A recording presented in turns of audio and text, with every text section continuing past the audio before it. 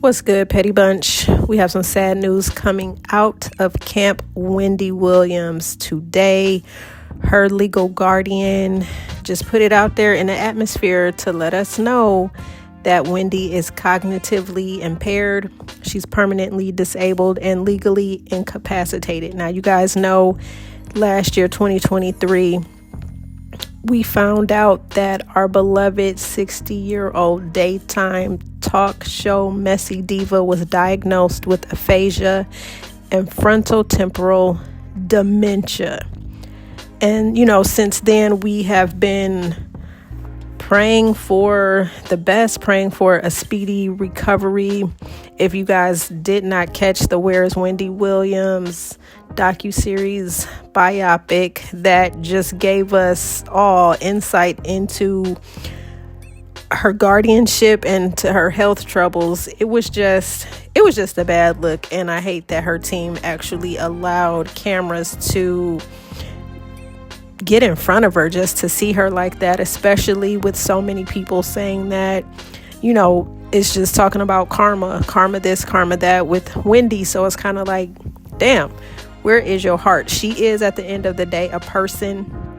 And I feel like at times we need to separate the person from the job. Her job as a messy journalist was to give us the mess with her hot topics. And that's what she did, despite how, you may feel about her. So I want to talk a little bit more about Wendy Williams, who she is, and the impact that she has made nationally. So we already know the 60-year-old is an American former broadcaster, media personality, and a writer. From 2008 to 2021, she hosted the nationally syndicated messy-ass talk show, The Wendy Williams Show.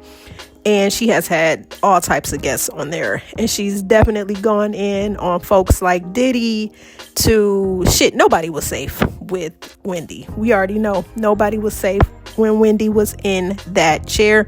How you doing? Sipping that tea.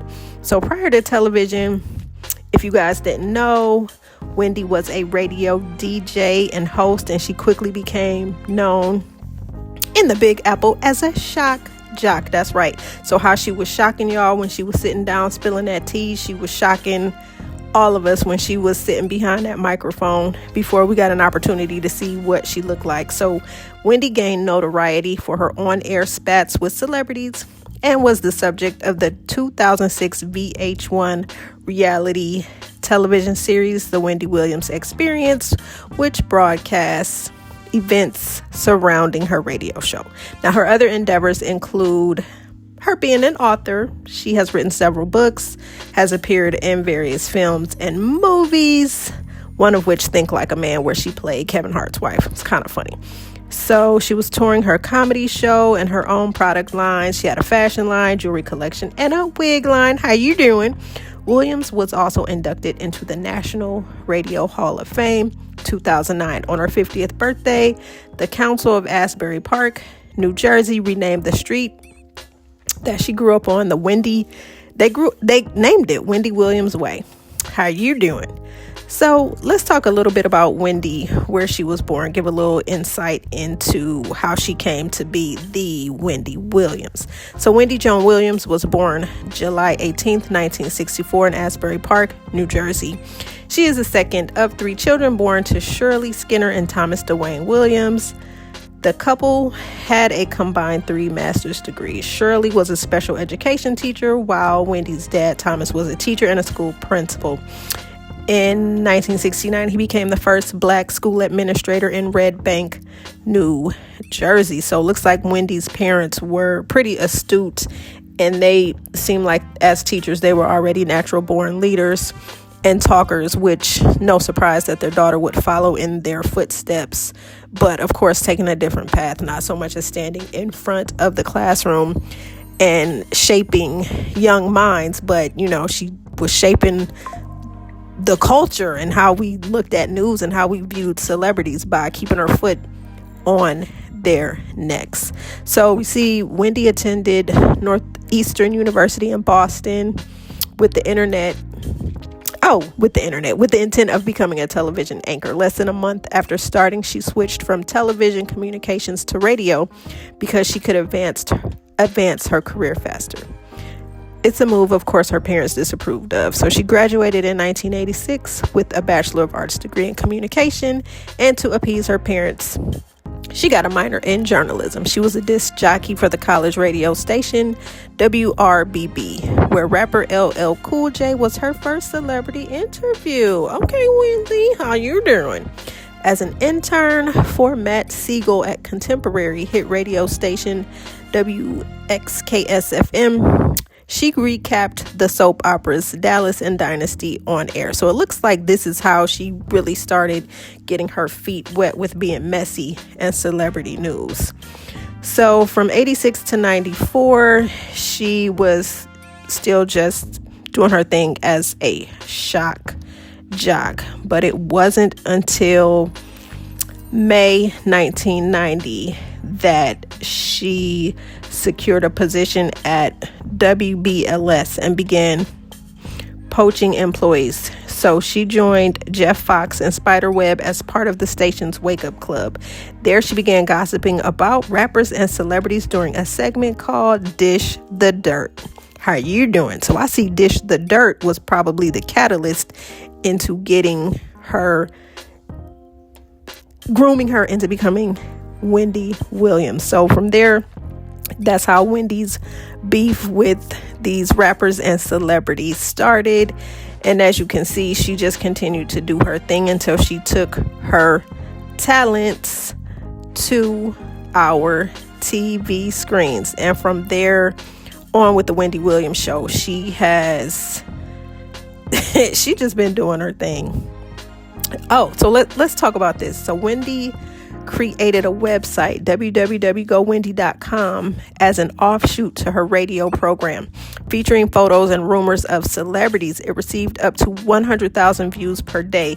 In April of 1997, the radio station where she was at, WQHT, suspended Wendy for 1 week after mentioning her website on air, which displayed a doctored image of Bad Boy Records exec Diddy naked from the waist down having sex with another man.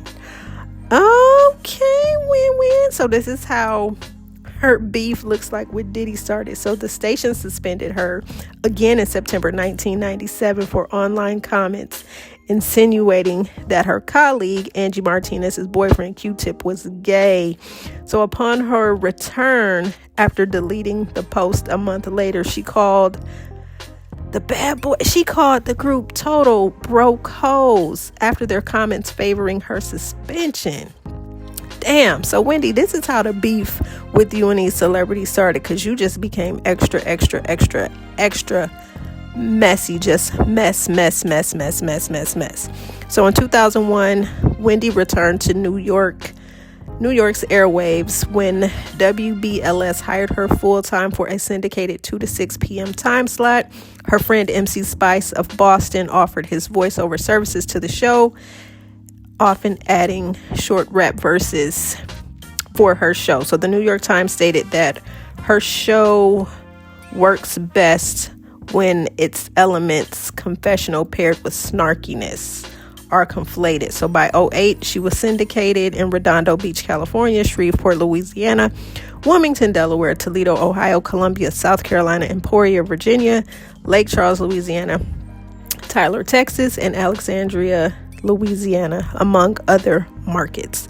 So Wendy left that radio station in 2009 to focus on her television program and spend more time with her family. Okay, so y'all remember 2003, Wendy's interview with Whitney Houston was her most infamous. After she asked Whitney about her marriage and breast implants, they got into a shouting match, and Whitney said she would have fought Wendy if she were younger. Lord have mercy. Wendy, you been about that life.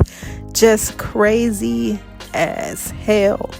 So I just say that to say, listen, whether you love Wendy or you hate her, seeing her like this, especially during this political climate, and especially during this takedown of Diddy climate, we miss her in that purple chair, because nobody could do the dish and talk the shit like Wendy Williams. So the fact that her voice is no longer one that we listen to and seek for, just being a voice for the culture about things that are going on, it's crazy. So it seems like many out there right now are trying to come for her throne. And I'm just gonna say this: whether y'all love or hate her, there will never be another Wendy Williams.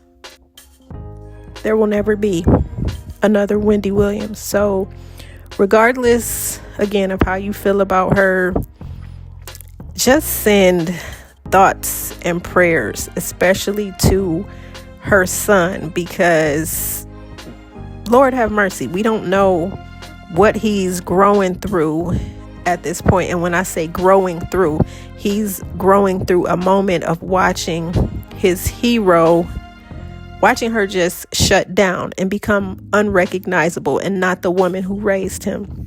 So just sending just thoughts and positive vibes to her son, who has to look at the tabloids and see all these stories about his mom, especially the unfavorable ones about his mom, and also to see that documentary of his mom not looking her best at all, and watching the world just have something to say, and with the negative comments and things like that. So just sending just thoughts and prayers to Wendy Williams and just her camp at this time, and for those who love her and know her best.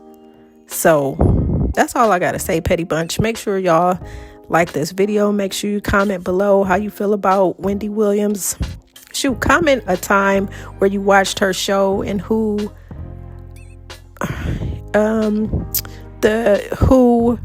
your favorite guest was that she interviewed.